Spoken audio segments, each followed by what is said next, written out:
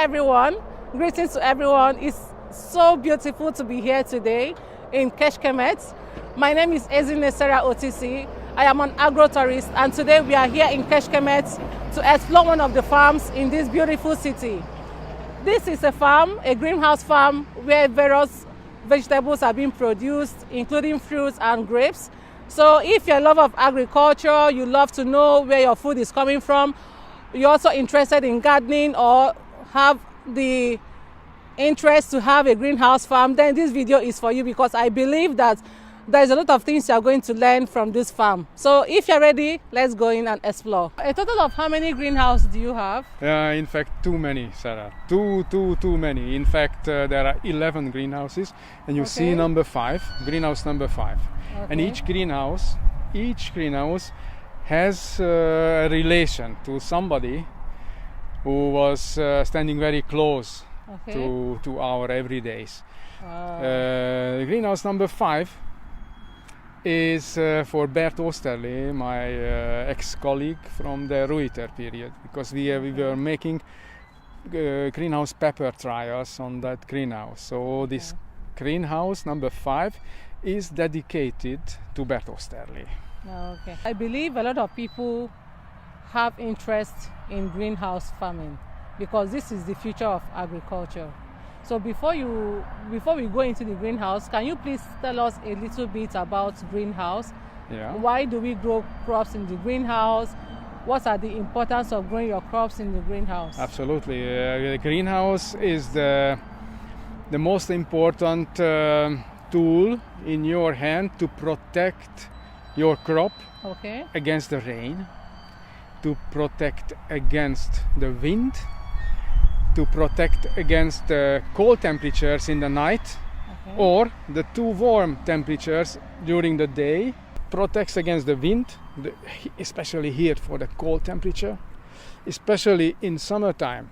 You will see later on there is a screen which I can make shadow. So inside the greenhouse is much better temperature than outside. Outside is 35, inside 28, 30. Definitely 5 degrees less than outside. And it also gives sun protection.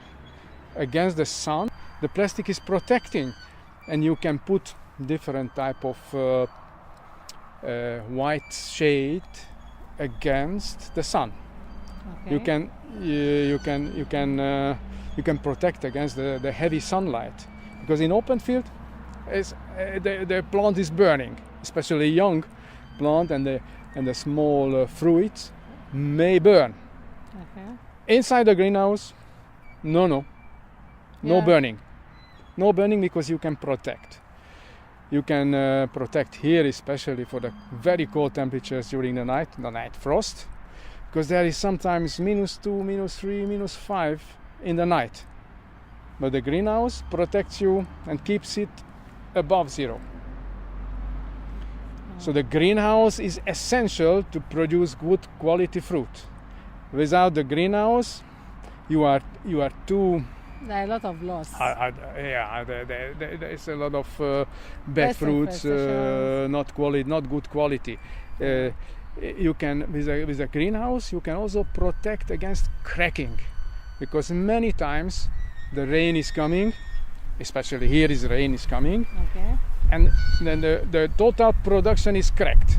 For instance, in autumn time, like in these days, the outside temperature is already cooling down, very cool. But the soil is still very warm, so the plant is pumping. The plant is pumping the minerals to the leaves and the fruits, and the fruit, cracks. In the greenhouse, you can make a very good average temperature. You can open the greenhouse, you can open the windows, or up, or on the side, or you can close. Then you keep a warm temperature. If you open, there's a very nice ventilation. Be careful, because if you always keep it closed, then there's no ventilation and the fungi is coming. I know that in greenhouse farming, you have to use a lot of technologies, because one of the challenges of greenhouse farming is management of your crop. It's very very important to manage your crop against pests. For example, you opened up the window and a pest found their way into the greenhouse. If you don't manage it well, all the crops will be affected. Bravo. The same thing with diseases. So I would like you to throw more light, because you are experienced in this. Can you tell us more how you manage your pests and your diseases in the greenhouse? Okay, I will speak about the pest management in a minute. Okay. But before we go to the pest management, I would like to speak a little bit about the climate. How effective is if you keep a good climate? Professionals say that 70% determines the climate. If you keep a good climate, then it determines 70% healthiness. Okay. So that is to say that the climate is the number one factor when it comes to pest by far the very important, the most important factor to keep your plant keep healthy, the health of your plants. Okay. And just have a look at the side of the greenhouse. Why we put these plants? The companion plants. These plants are attracting insects. Okay.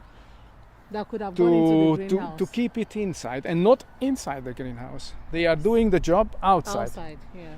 When it comes to agricultural production and you are keen to have a sustainable practice in your farm, it's very important to understand these little factors that comes with farming.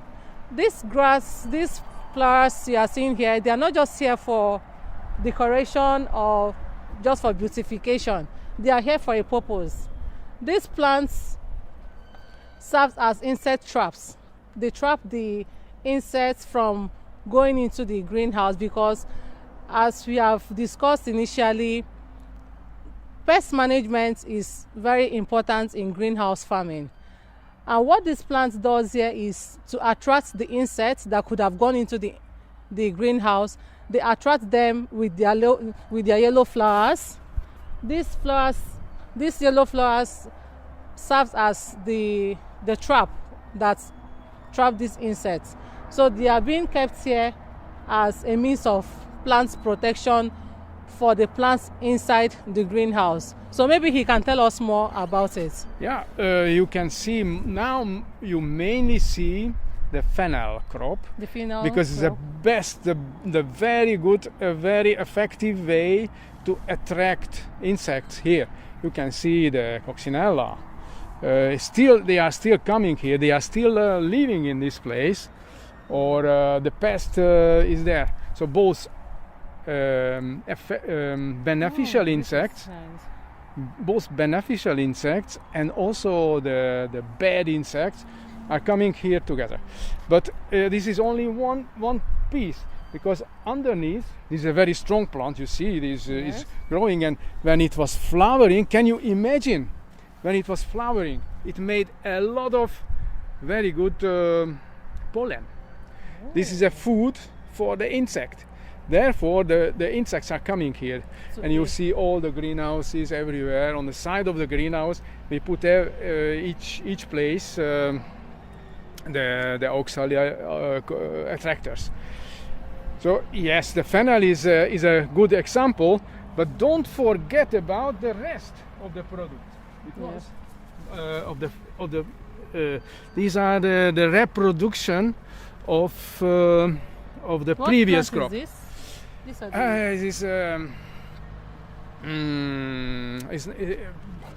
It's another nice flowering, but it was flowering early in the season. I'm sorry, I cannot tell you the name, the correct name of. But there are many small plants that attracts in different time of the season. different time of the season. The first one is flowering in March, and then April, then May. The other one starts flowering in June, and the other one starts flowering in July. Okay. You see a good example here. Don't ask me the name. Okay. But it's, but it's also very important to attract, because it has a lot of pollen. Yes, a lot of pollen. And in the autumn, it will reproduce, because it will the seed is fallen in the autumn time, and in spring they start germinating again and again, and they reproduce. Wow. So there's no need to plant it again, because I was putting it maybe 2020. I think first sowing was 2020, and since then it grows automatically. So it stays in the winter, yes. Wow. Yeah. And when the temperature is becoming okay, they start germinating in the soil. Also, these are seeds, Yeah. These are seeds. Wow. These seeds. And if you put it in the water, then it germinates. Wow. Fennel. Why fennel? Because it's sweet. Yes. If you and taste, it has a sweet scent. And if you taste sweet, you can still taste the sweetness. Taste. Very good. Still sweet. Yeah. Very sweet. And the plants, the insect like it. They suck the sweet taste. Therefore, fennel is a very good, attractive product. And also, this one is sweet taste, but also the flower is very sweet, incredibly sweet. And you see, still flowering. It's a perfect plant for this purpose. It's a very perfect plant. Yes. Because even from here, we all know fennel seed. It's really nice. Even to humans, it smells nice, and to insects, it draws them close. Human eat is as a spice. Yes, it's a spice. Good. Okay. So these are the few things to know about greenhouse production and how to manage your crops in the greenhouse. So at this point, we are walking down to the grape farm. So watch out for my video on how to produce grapes in the greenhouse. And also don't forget to subscribe to my channel, like my Facebook page, and as well invite your friends to do so. See you in my next video. Bye.